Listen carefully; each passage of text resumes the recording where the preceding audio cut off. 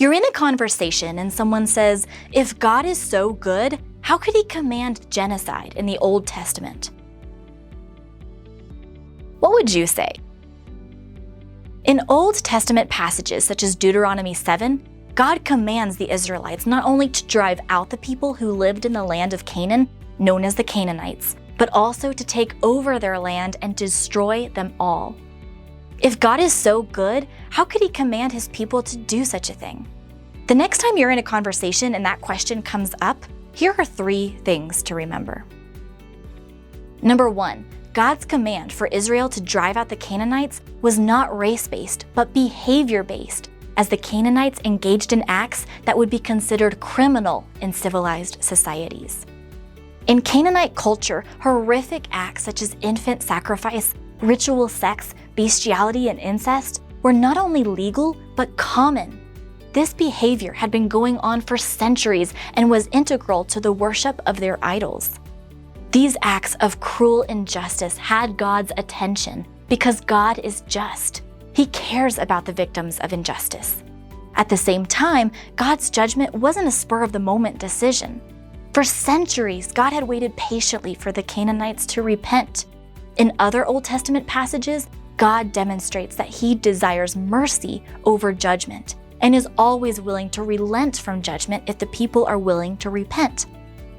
In fact, God had a reputation for showing mercy, not only to Israel, but also toward Israel's enemies. For example, you might remember that Jonah didn't want to deliver God's warning to the Ninevites, and he even tried to run away from the job. Why? Because he knew God would show mercy if they repented. Apparently, Jonah knew that God's justice always goes hand in hand with his compassion and mercy. Number 2, God is willing to work with people where they are, not where they ought to be. He works within messy human cultures to move them towards redemption. When the Canaanites refused to repent, God finally brought judgment in a language they would understand, the language of war. In fact, war was an everyday part of life in the ancient Near East. All nations at that time depended on war for survival or subjugated themselves to another nation for military protection.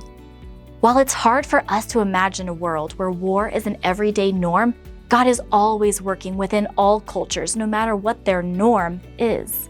Just as we adapt our own behavior and language when we are in a different culture or country, the language of the ancient Near East was violence and war. And a victory by the Israelites, a much smaller and weaker nation than the Canaanites, suggested divine intervention. It's also important to note that God instituted rules and limits to war that were against the norms of the time. He limited the Israelites to warfare only within specific circumstances and time frames, or for specific purposes.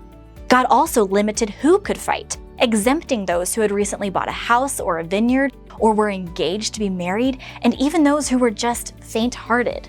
There were even rules against needlessly destroying the nearby trees. God works with people where they are, not where they ought to be. And when he accommodates certain inferior conditions of a culture, it is to move people in a redemptive direction. In the case of the Canaanites, even beyond using Israel to stop their violence and evil, God was working to accomplish a larger plan, his mission to bring redemption to the entire cosmos. Even as he was judging the Canaanites, a seriously corrupting and evil force in the world, he was orchestrating the story of redemption, securing the land for Israel in which the Messiah for all nations would appear. Number 3, the Old Testament's mention of many Canaanite survivors shows that its total kill language is simply ancient Near Eastern exaggeration or hyperbole. Whenever we read ancient literature, we should try to understand the context in which it was written, including what kind of literature it is and the language devices that were normal for that time. If I tell you my suitcase weighs a ton, you know that I mean it's heavy, not that it literally weighs 2,000 pounds. If I say I'm so hungry I could eat a horse, you would know that, at least in Western culture, I don't literally mean I will eat a horse, just that I'm very hungry. There are common hyperbolic expressions in every culture. In the culture of the ancient Near East, there were stock hyperbolic phrases about warfare. Sweeping language with utterly destroyed bravado was common in ancient Near Eastern war texts. In that literature, victories were often described in terms of total conquest, complete annihilation, and leaving no survivors. One Moabite king wrote of his victory over Israel by saying, "Israel is no more." Both his ancient Near Eastern readers and readers today understand this was hyperbole and not literally true.